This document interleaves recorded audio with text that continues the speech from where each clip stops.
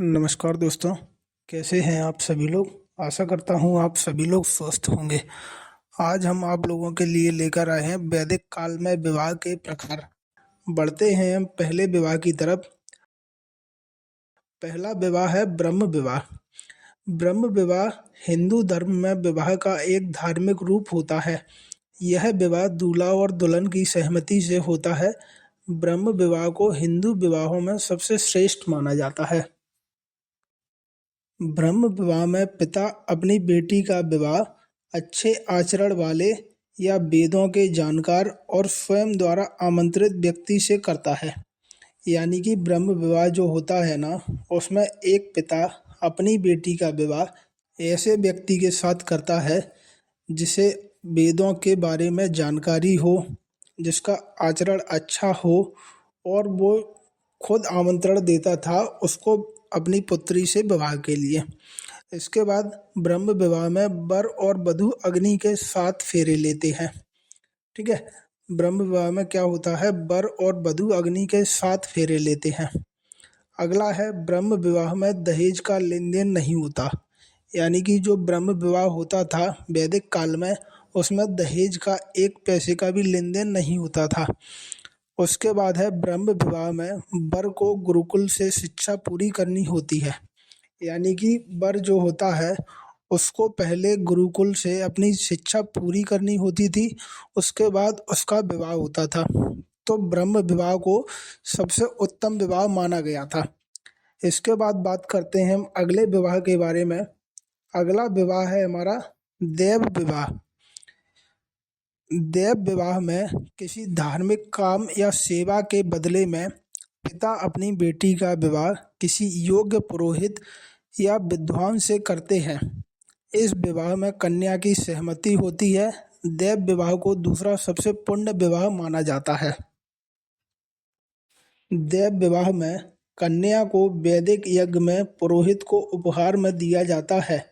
यानी कि एक पिता जब अपने घर पर कोई भी वैदिक यज्ञ या अनुष्ठान करवाता था, तब उस अनुष्ठान के बदले में पुरोहित को जो दक्षिणा दी जाती थी, उस दक्षिणा के बदले में वो अपनी पुत्री का विवाह उस पुरोहित के साथ कर देता था।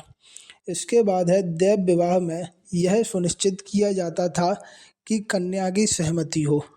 यानी कि कन्या की सहमति से ही उस कन्या का पाणिग्रहण संस्कार उस विद्वान के साथ किया जाता था।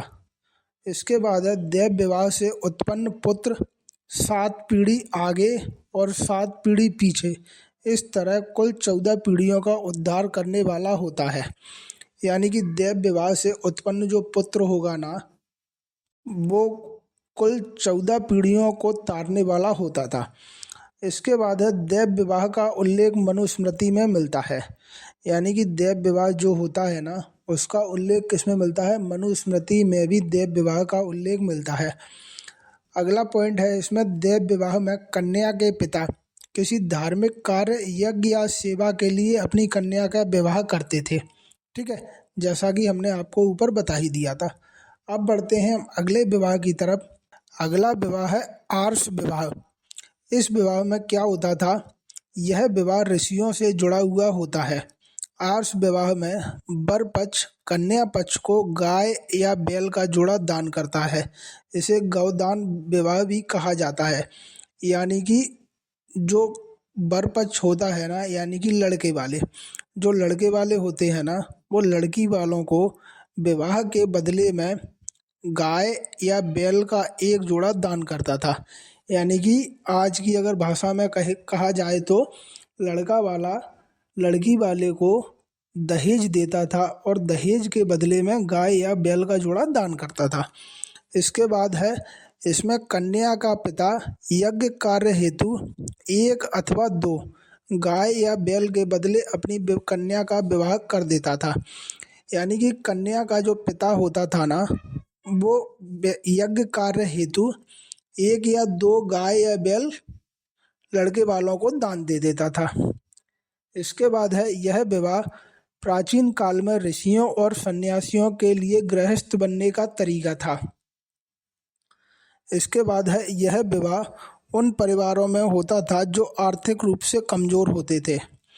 अगला है आर्ष विवाह में वर पक्ष कन्या पक्ष के पिता को गाय और बैल का जोड़ा दान करता था। अगर लड़की के पिता को यह रिश्ता मंजूर होता था तो वह भेंट स्वीकार कर लेता था और विवाह हो जाता था। यानी कि जब लड़के वालों को किसी कन्या से विवाह करना होता था तो वो गाय या बैल का एक जोड़ा लड़की के पिता को दान में देता था, और अगर लड़की के पिता को यह संबंध पसंद आता था तो वह उनकी भेंट को स्वीकार कर लेता था और इसके बदले में आर्ष विवाह पूरा हो जाता था। अब बात करते हैं हम अगले विवाह के बारे में। अगला विवाह है प्रजापत्य विवाह। प्रजापत्य विवाह में क्या होता था? यह एक धार्मिक विवाह होता था। इस विवाह में लड़की का पिता दूल्हे को अपनी बेटी सौंपता है। इस विवाह में दूल्हे और दुल्हन को एक साथ गृहस्थ धर्म का पालन करने की सलाह दी जाती है। अगला पॉइंट है विवाह का प्रस्ताव विवाहार्थी की तरफ से आता था कि दोनों साथ मिलकर सामाजिक एवं धार्मिक कार्य करें। अगला पॉइंट है इस विवाह में लड़की की उम्र कम होने पर उसे लड़के के बदले उसके पिता को सौंपा जाता था। यानी कि जब प्रजापत्य विवाह होता था, अगर उसमें लड़की की आयु कम होती थी तो लड़की का हाथ लड़के के पिता को सौंपने का अर्थ है विवाह तो लड़के के साथ ही होता था, लेकिन उसकी जो पूरी जिम्मेदारी होती थी ना, वो लड़के का पिता उठाता था।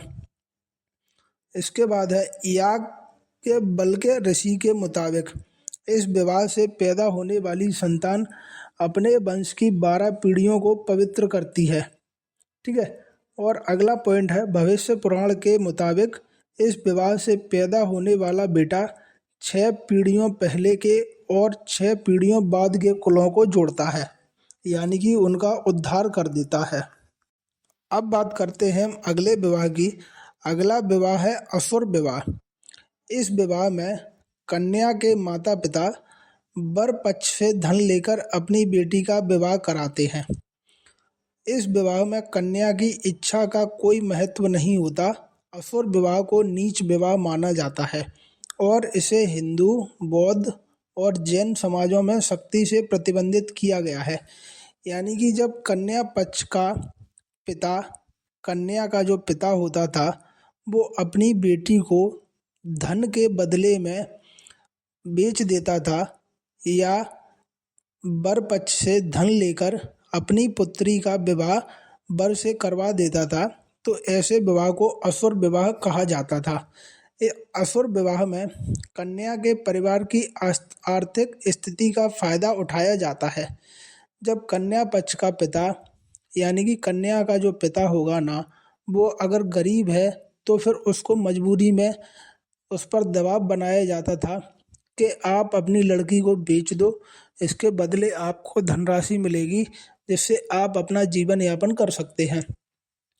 तो कन्या का जो पिता होता था वो लोभ लालच में आकर अपनी कन्या को धन के बदले में बेच देता था। असुर विवाह में कन्या के परिवार की आर्थिक स्थिति का फायदा उठाया जाता है। इसके बाद अगला पॉइंट है यह विवाह किसी समझौते या सौदे की तरह होता है।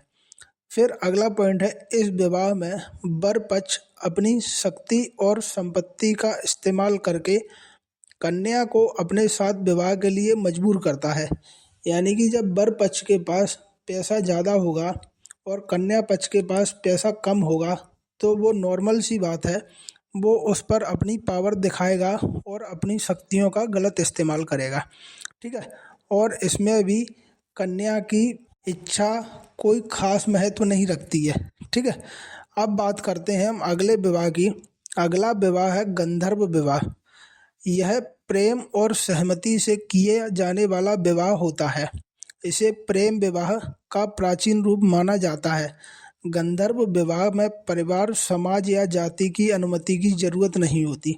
यानी कि गंधर्व विवाह को लव मैरिज भी बोलते हैं। इसमें किसी अन्य की जरूरत नहीं होती है, लड़का और लड़की की आपसी सहमति से यह विवाह संपन्न होता है। इसमें कोई अनुष्ठान, गवाह या परिवार की भागीदारी नहीं होती। इस विवाह में वर वधू को अपने अभिभावकों की अनुमति लेने की भी जरूरत नहीं होती है, क्योंकि वो दोनों बालिग होते हैं और दोनों घर से भागकर ये शादी करते हैं। इस विवाह में अग्नि को साक्षी मानकर 3 फेरे लिए जाते हैं। कितने फेरे? 3 फेरे। अगला पॉइंट है गंधर्व विवाह के उदाहरण शकुंतला और राजा दुष्यंत का विवाह, द्रौपदी और अर्जुन का विवाह, पुरुरवा और उर्वशी का विवाह, वासवदत्ता और उदयन का विवाह गंधर्व विवाह के अंतर्गत आते हैं, यानी कि लव मैरिज के अंतर्गत। अब बात करते हैं हम अगले विवाह की। अगला विवाह है राक्षस विवाह। राक्षस विवाह में कहा गया है भविष्य पुराण के मुताबिक जब किसी कन्या को मारपीट करके या रोती चिल्लाती हालत में अपहरण करके लाया जाता है तो उसे राक्षस विवाह कहा जाता है। यानी कि जब किसी कन्या के साथ जबरदस्ती की जाती है तो उस विवाह को राक्षस विवाह की संज्ञा दी गई है। इसमें बलपूर्वक कन्या का अपहरण करके उसका साथ विवाह कर लिया जाता था। यानी कि पहले कन्या का किडनैप किया जाता था, फिर उसके बाद जोर जबरदस्ती करके विवाह कर लिया जाता था। इस विवाह को राक्षस विवाह की संज्ञा दी गई है। अगला और अंतिम विवाह है पैशाच विवाह। इस विवाह में हिंदू विवाह का एक अधार्मिक रूप है। यानी कि पैशाच विवाह जो है ना, वो हिंदू विवाह का एक अधार्मिक रूप है। इसे पिशाच विवाह भी कहा जाता है।